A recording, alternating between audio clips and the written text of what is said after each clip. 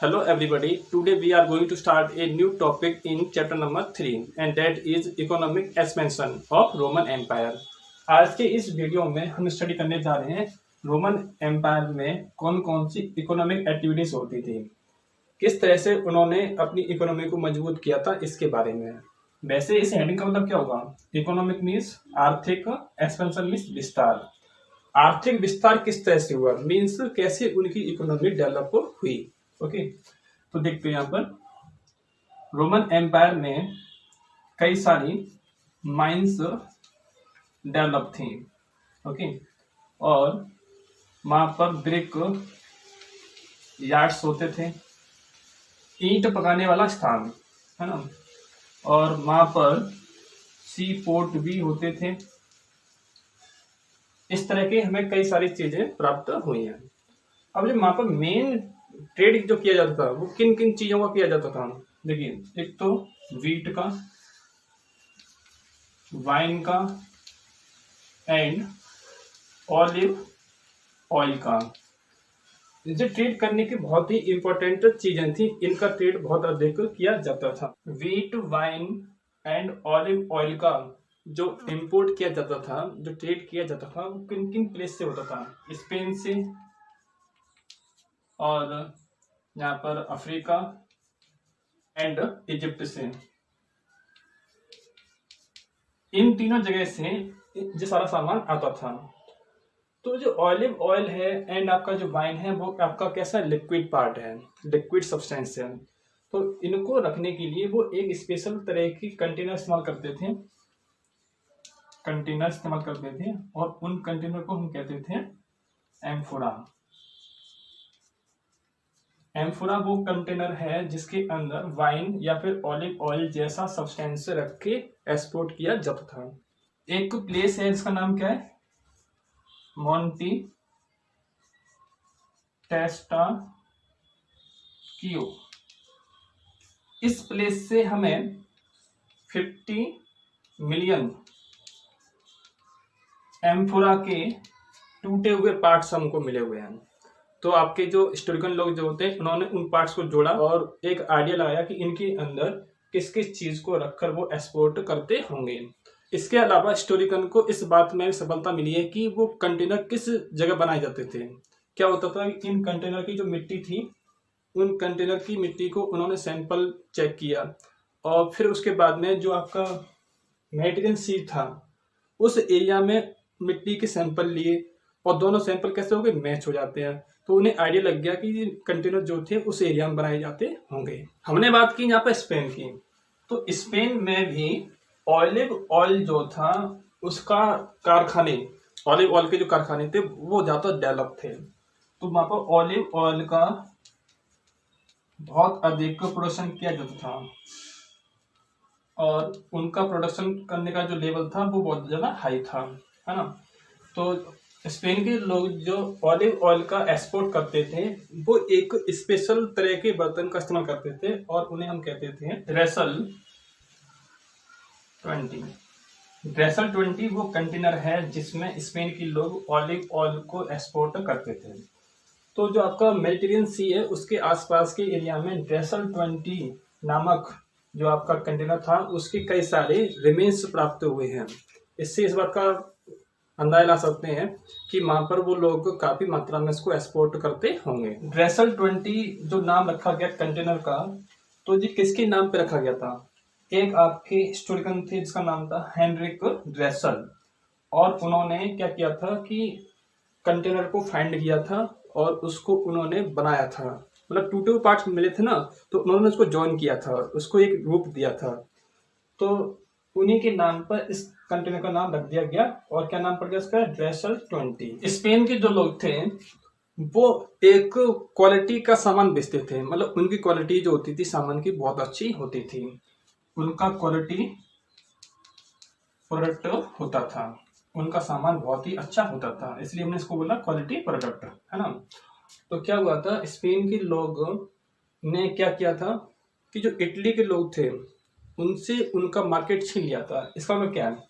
पहले इटली के लोग कंटेनर बेचते थे, है ना, उसके अंदर ऑलिव ऑयल होता था, वाइन होती थी, लेकिन अब क्या हुआ, स्पेन के लोगों ने उसका मार्केट कर दिया कम, मीन्स उनका मार्केट अब कम हो गया, अब स्पेन के लोगों का सामान ज़्यादा आने लगा है। तो ऐसा क्यों हुआ होगा? स्पेन के लोग ऑलिव ऑयल एंड वाइन की अच्छी क्वालिटी बेचते थे और कम पैसे में बेचते थे। अगर आपको मार्केट कैप्चर करना है तो क्या करना चाहिए आपको? ये तो आपकी क्वालिटी अच्छी होनी चाहिए और आपका प्राइस कम होना चाहिए। तो स्पेन के लोगों की क्वालिटी अच्छी होती थी और उनका प्राइस जो था वो कम होता था, इसलिए उनका प्रोडक्ट जो था वो अधिक वहाँ पर बेचा जाता था, है ना। उसके बाद क्या होता है कि अफ्रीका ने इसको कंपटीशन दिया और बाद में स्पेन का जो सामान था वो कम हो गया और अफ्रीका का सामान ज़्यादा आने लगा, है ना। उसके बाद में अफ्रीका का सामान ज़्यादा आने लगा, अफ्रीकन गुड्स ज़्यादा आने लगा। तो इससे एक बात प्रूव होती है कि वहाँ पर कंपटीशन होता रहता था, अपना सामान अधिक बेचने का कंपटीशन होता था। पहले स्पेन का सामान अधिक बिचा, उसके बाद में अफ्रीका ने उसको कंपटीशन दिया और उसके बाद में अफ्रीका का सामान अधिक वहाँ पर बेचा जाने लगा है। इसके बाद क्या हुआ, जो आपका ईस्ट कंट्रीज थी, ईस्ट साइड कंट्रीज जो थी, उन्होंने अफ्रीका को कंपटीशन दिया और अफ्रीका का सामान कम कर दिया, ठीक है। अब अफ्रीका सामान कम हो गया है। किसी भी प्लेस का सामान अधिक बिकेगा या कम बिकेगा तो ये किन के ऊपर डिपेंड करता है? एक तो आपका प्रोडक्शन कितना है, आप कितना प्रोड्यूस करते हैं, आपके पास में ट्रांसपोर्टेशन कितना है, ट्रांसपोर्टेशन के साधन आपके पास में है या नहीं है, अच्छा है या नहीं है। इसी तरह से आपकी क्वालिटी कैसी है और आपका प्राइस किस तरह का है। ये कुछ बातें हैं जो डिसाइड करेंगी कि आपका सामान वहाँ पर अधिक बिकेगा या नहीं बिकेगा।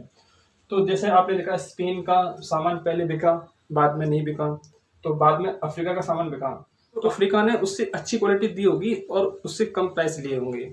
बाद में आपने देखा अफ्रीका का सामान कम बिकता है और ईस्ट का सामान अधिक बिकता है। इसका मतलब क्या है? ईस्ट ने क्वालिटी अच्छी दी होगी और पैसे कम लिए होंगे। तो ये कुछ फैक्टर्स से जिससे डिसाइड होता है कोई सामान अधिक बिकेगा या कम बिकेगा। आपने अभी स्टडी किया था ट्रेड के बारे में, अब मैं देखते हैं एग्रीकल्चर की कंडीशन क्या थी। तो आपका जो रोमन एम्पायर था वो एग्रीकल्चर के मामले में भी बहुत अधिक डेवलप था। जो आपका एम्पायर है उसमें कई प्लेस ऐसे थे जो काफी फर्टाइल थे, जैसे कि सिसिली एंड कैंपेनिया, फेयम, ये कुछ प्लेस के नाम यहाँ पे लिखे हुए हैं जो काफी ज्यादा फर्टाइल थे। जब फर्टाइल कोई जगह होगा तो वहां पर पॉपुलेशन भी कैसी होगी? डेंसली पॉपुलेशन होगी। डेंसली पॉपुलेटेड प्लेस थे ये आपके, क्यों? फर्टाइल है इसलिए, है ना। और जब फर्टाइल है तो क्या होगा? यहाँ पैसा भी अधिक होगा, तो वेल्थिएस्ट भी थे। अब देखिए यहाँ पर कैंपेनिया जो लिखा हुआ है, इस प्लेस से बहुत अच्छी क्वालिटी की क्या आती थी? वाइन आती थी, है ना। और सिसिली से क्या होता था? सिसिली से बहुत अच्छी क्वालिटी का वीट आता था। ऐसे कई सारे राइटर्स हैं जिन्होंने अपनी पुस्तकों के अंदर लिखा हुआ है कि रोमन एम्पायर था ना, उसने एक एक इंच पर खेती कर रखी थी। खेती के मामले में वो इतने डेवलप थे कि उन्होंने जरा सी भी जमीन नहीं छोड़ रखी थी, सबके ऊपर उन्होंने क्या कर रखा था? खेती कर रखी थी। लेकिन रोमन एम्पायर में सभी प्लेस डेवलप नहीं थे, कुछ प्लेस ऐसे भी थे जो कम डेवलप थे। जैसे कि एक प्लेस थी, इसका नाम था नुमिडिया, और ये आज का मॉडर्न अल्जीरिया है। तो यहाँ पे क्या था? यहाँ पर एक टर्म इस्तेमाल किया गया है, ट्रांस ह्यूमेंस। इस टर्म का मतलब क्या है?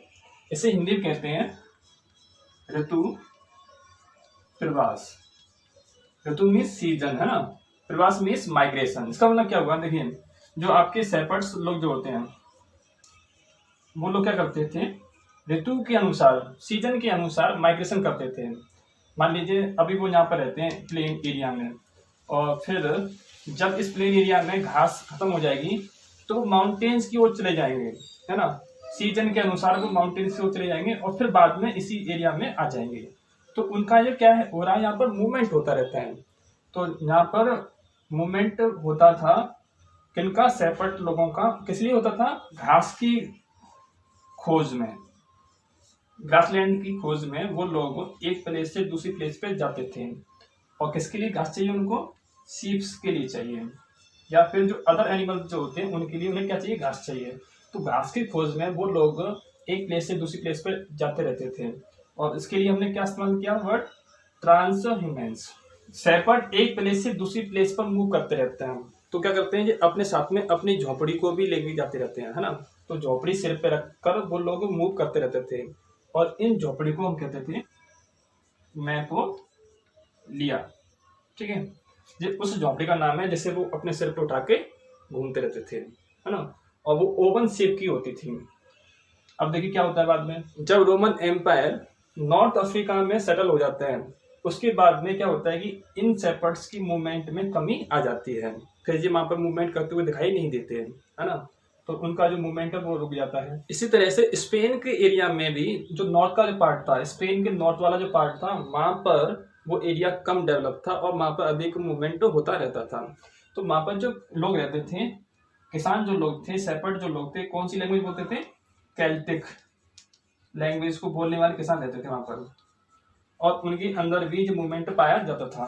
केल्टिक लैंग्वेज बोलने वाले जो किसान थे वो पहाड़ों की टॉप पे रहते थे, मीन्स पहाड़ों पर रहते थे, है ना। तो उन गांवों को बोलते थे कैस्टेला। अब देखिए यहाँ पे कुछ टर्म्स इस्तेमाल किए गए। ट्रांसह्यूमेंस का मतलब क्या है? ऋतु प्रवास। इसका मतलब होता है कि जो शेपर्ड्स हैं वो अपने सीजन के अनुसार मूवमेंट करते रहते हैं, है ना। और क्यों करते हैं? घास की खोज में करते हैं। फिर यहाँ लिखा मैपोलिया। मैपोलिया उस हर्ड का नाम है जो लोग शेपर्ड्स होते थे अपने सिर पर झोपड़ी रख के ले जाते थे, और उन्हें कहते थे मैपोलिया, है ना। अब यहाँ पर जो लिखा कैस्टेला, कैस्टेला उस विलेज का नाम है जो पहाड़ों पर लोग रहते हैं, और वहां पर जो गांव है उससे हमने क्या बोला? कैस्टेला। आपने अभी तक ट्रेड के बारे में पढ़ा और आपने एग्रीकल्चर के बारे में पढ़ा। अब हम देखते हैं वहां पर टेक्नोलॉजी कैसी थी। आप जो सोचते होंगे कि आपका रोमन एम्पायर बहुत पुराना था और उसमें काफी प्रिमिटिव टेक्नोलॉजी होगी, है ना, एडवांस नहीं होगा, बैकवर्ड होगा, इस तरह का नहीं था। वहां पर काफी एडवांस टेक्नोलॉजी इस्तेमाल की जाती थी, और वहां पर वाटर टेक्नोलॉजी का बहुत अधिक इस्तेमाल किया जाता था। पानी की जो पावर है उसका बहुत अधिक इस्तेमाल किया जाता था। जो आज हम वाटर टेक्नोलॉजी का इस्तेमाल करते हैं उस तरह की टेक्नोलॉजी पहले भी इस्तेमाल की जाती थी रोमन लोगों के द्वारा से। उस समय